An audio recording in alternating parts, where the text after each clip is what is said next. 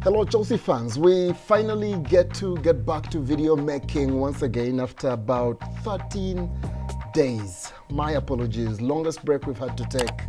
Not been too well, but well, I'm back and now we can get back to our videos. And I want to start off on the note of a video that hurt me the most, a video that I was not able to do when I should have, and one that I feel will still do, and hopefully it will do well. That hopefully you will be sharing it quite widely, and hopefully we shall get to hear from you about what your thoughts are. And that is a video on the retirement of Eden Hazard, a Chelsea legend, the magical Hazard, from FIFA frustration for me to the legend that he turned out to be. And that's exactly what we're going to be talking about on this video. I am going to request you once again, please, if you've not subscribed to this video or to this channel, please subscribe now. Turn on that notification bell, because the fire content that follows is fire content you don't want to be missing out on. And yes, please share our links as widely as possible. Let's get into this particular one. When I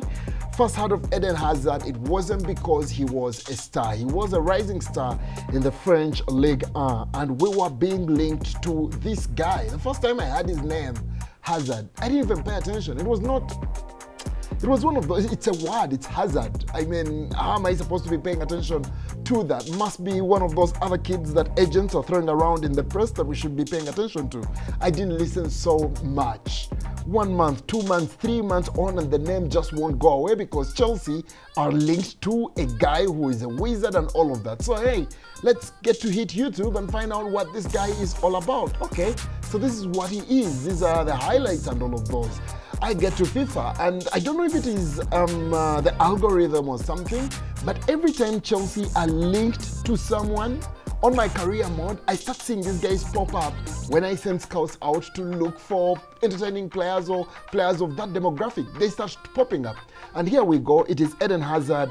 He's a right-footed, fleet-footed young winger, but he is a right winger, or at least that's what he had been labeled as for that season. That is the season before we signed him. So yeah, I signed him in a couple of my saves, but I just couldn't use the guy. He's dribbling. I'm not the dribbler. I am the guy who's going to get the ball, find the next open guy, find the next space, and just effective. I'm never going to dribble. I'm never going to be, throwing around Rabonas and all those stuffs that I see. People actually love defending against people that get to do those things. I'm not that guy. So everything that Eden Hazard was strong at was stuff that I could only see and enjoy when the algorithm, or when I was playing against the computer, the things that they could do with it, what I could see. So it wasn't fun playing with Hazard. He was right-footed, was a right winger, and that meant that I needed to come in with him and probably shoot across goal or shoot into the roof, near post, and all of those. He was hard to use. I didn't enjoy him. So I just left him at that, and we'll see what gets to happen. And there is something about me and FIFA, because all the guys that I write off on FIFA that I just cannot use are guys that are actually fire in real life. There's just a few players that I have managed to work with. But hey, I digress. So Eden Hazard, that season I can't use him. He's on on FIFA. I just look at him beating me and all of that.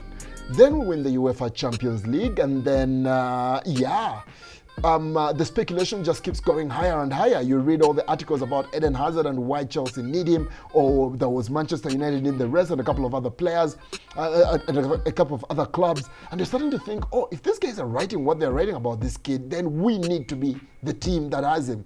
We had been waiting for the UEFA Champions League for so long, and yet the signing of Eden Hazard that summer seemed to be the ultimate thing that actually seals a successful summer, even when you've just won the Champions League. It suddenly felt like we need to get Eden Hazard to complete what a beautiful summer this will be. And then he says, oh yes, I will be announcing soon which club I'll be going to.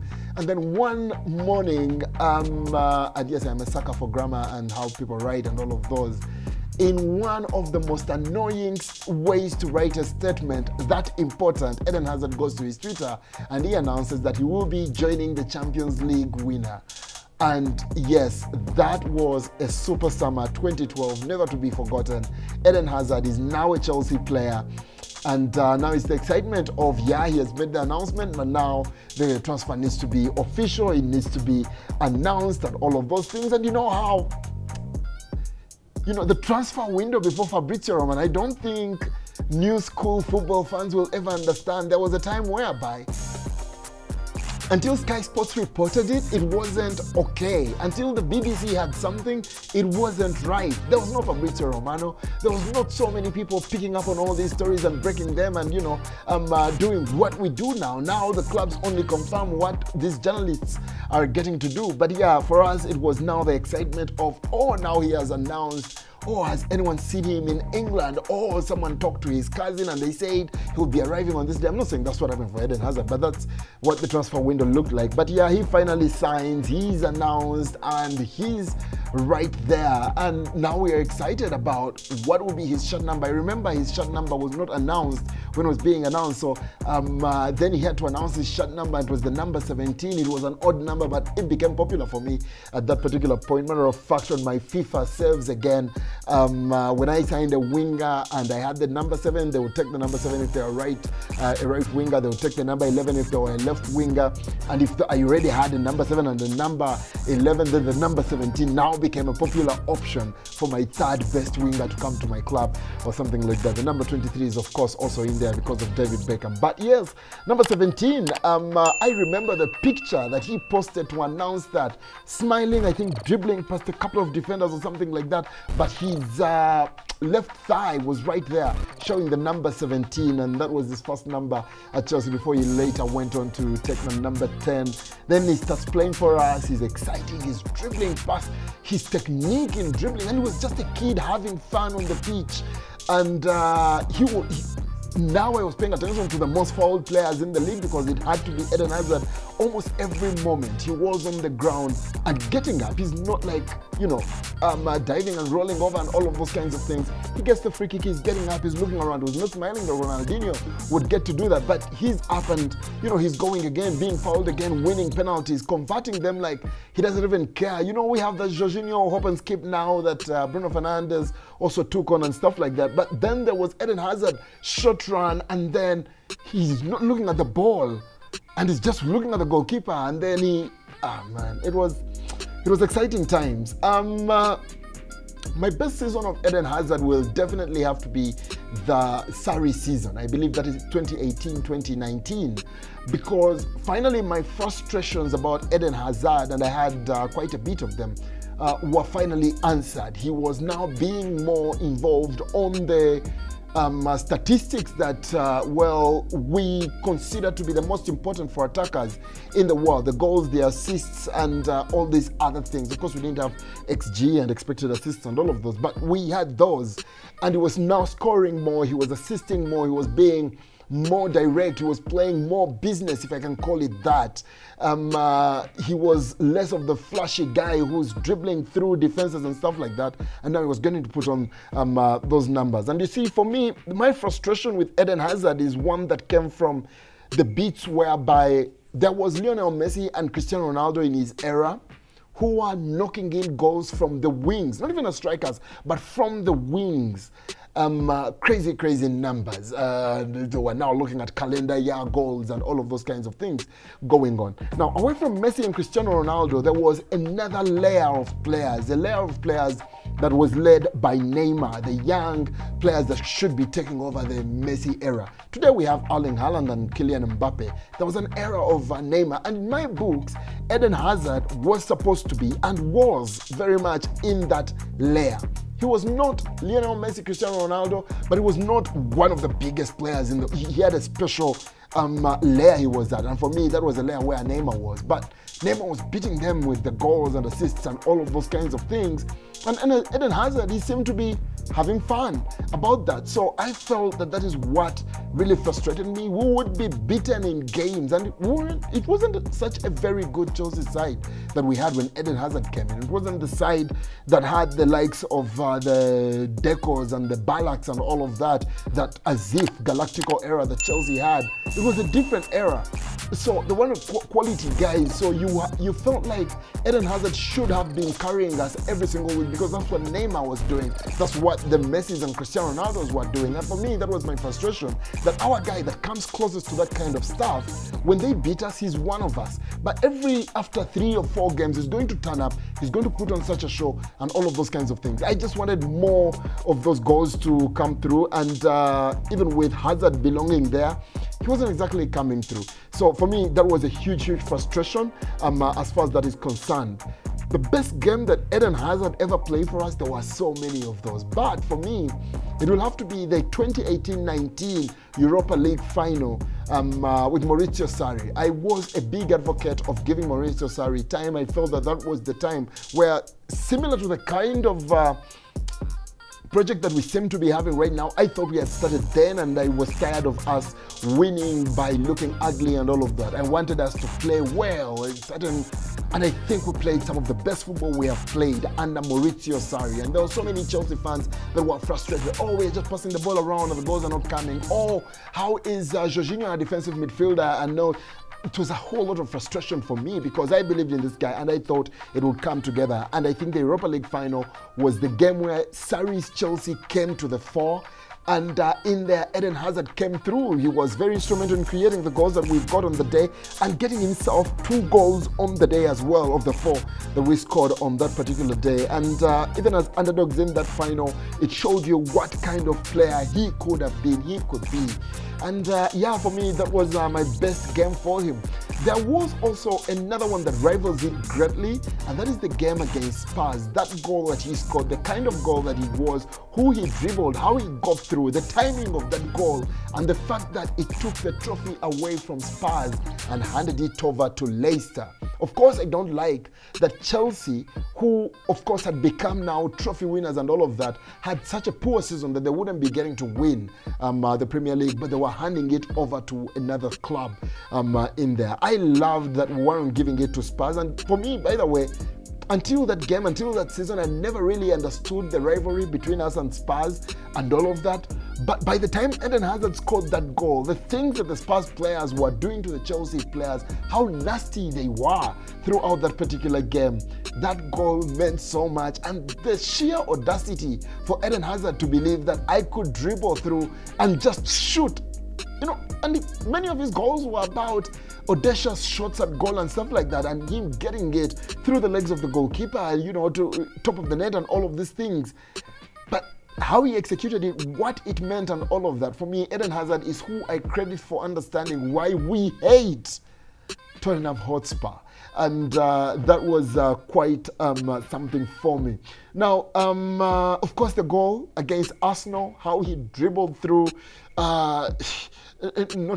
Koscielny was in there as well, but the guy who ended up at Valencia, the midfielder, his name is flying out of my head, but French guy, midfielder, defensive, but yeah, he dribbled him, dropped him on the floor, just went through on and on and on. What a goal. The goals against, the man just loved beating Liverpool, didn't he? And put on some interesting goals in there as well. Those will be quite a number of goals that we shall remember. Then, of course, the West Ham goal as well. Some of them in the Champions League getting to come through as well. Man, Eden Hazard, he was quite something, wasn't he? A very interesting guy who hated training and all of those kinds of things. Or another kind of goal that I will remember, that was the Manchester City game. You know, when Manchester City came to the fore, we had been the guys that had been the club that beats up on everybody, buys the most expensive players and all of that. Until Manchester City got their new owner, robbed us of Robinho, and then they just kept going up and up and up. And I think that 3-1 victory against Manchester City, Pellegrini, their manager, was one of the last times we went into a game with some sort of heavy confidence that we'll beat Manchester City. We've still beaten them, Champions League final and all of those, but I think those were some of the last times that we beat Manchester City. Matter of fact, I think that already started eclipsing us, but we still got that victory because we were so confident that we'll be getting that kind of victory. And that goal and how he managed to get it, long ball hook from the back, he gets onto it and still has the confidence to shoot, not to get close to the goalkeeper, but to shoot from where he shot from and get that goal in. That was super dope, and we definitely, I will definitely remember that for so many years. Now, I have a couple of regrets about Eden Hazard, and one of those is the fact that with everything he did for us, with the legend that he is for us, and sport keeps giving us these things. Look at the team that Cote d'Ivoire had, failed to win an AFCON, and look at the one that later got to win it. You get what I mean? And so many other examples. With all the squads we put together at the Chelsea side, to see that we won the Champions League before Eden Hazard came and after he left, hurts me, because I think of the players that deserved, there's so many, but I think Eden Hazard should have been one of those players that win the Champions League with us. And maybe Mauricio Sarri was right, he should have stayed with us. Again, with hindsight, I know Real Madrid, I'm never going to fault a player that wakes up one morning and says, my dream is to play at Real Madrid, they've approached me, they want me, I am going there. It hurts, yes, but the man, that is his dream. That is the biggest club in world football. Real Madrid. He wanted to go fulfill his dream. It's sad that it didn't work out. And I really wish he had stayed at Chelsea and we'd won the Champions League with him in that particular squad. Whether he was on the pitch or not, I think he deserved to win the Champions League at a club. Yes, he still won it at Real Madrid, but I feel like he should have won it with us at Chelsea. On a personal note, my biggest regret, I pointed it out earlier because it was my frustration. I regret having that frustration with Eden Hazard. I regret not having appreciated him for the player that he actually was and wanted him to be a player that competes with Neymar and company with the goals and assists and all of that. He brought us something so different that we have missed direly ever since he left, and that I overlooked so many times.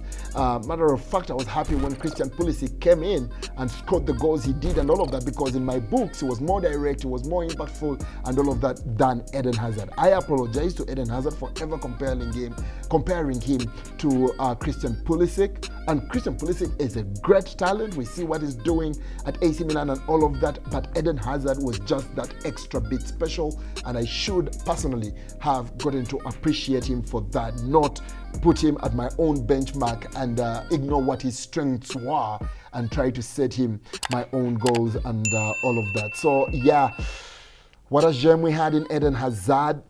What a legend we have in Eden Hazard. Retired great legend. Love you, appreciate you, and that is my tribute to you right there. I would love to hear from you, our dear viewers, what you thought of that tribute, but very importantly, some of the moments that stood out for you as an individual. Not because everyone is talking about this goal and all of that. That moment for you that Eden Hazard reminds you of Chelsea and what you remember the most about him, what you appreciate the most about him. Let's head to the comment section and get to share more on that. I will definitely be engaging you on those. My socials are also up. Please follow me there. Let's have those conversations there. And yes, as I wind this one up, let's keep the blue flag flying high by subscribing and turning on the notification button on this channel.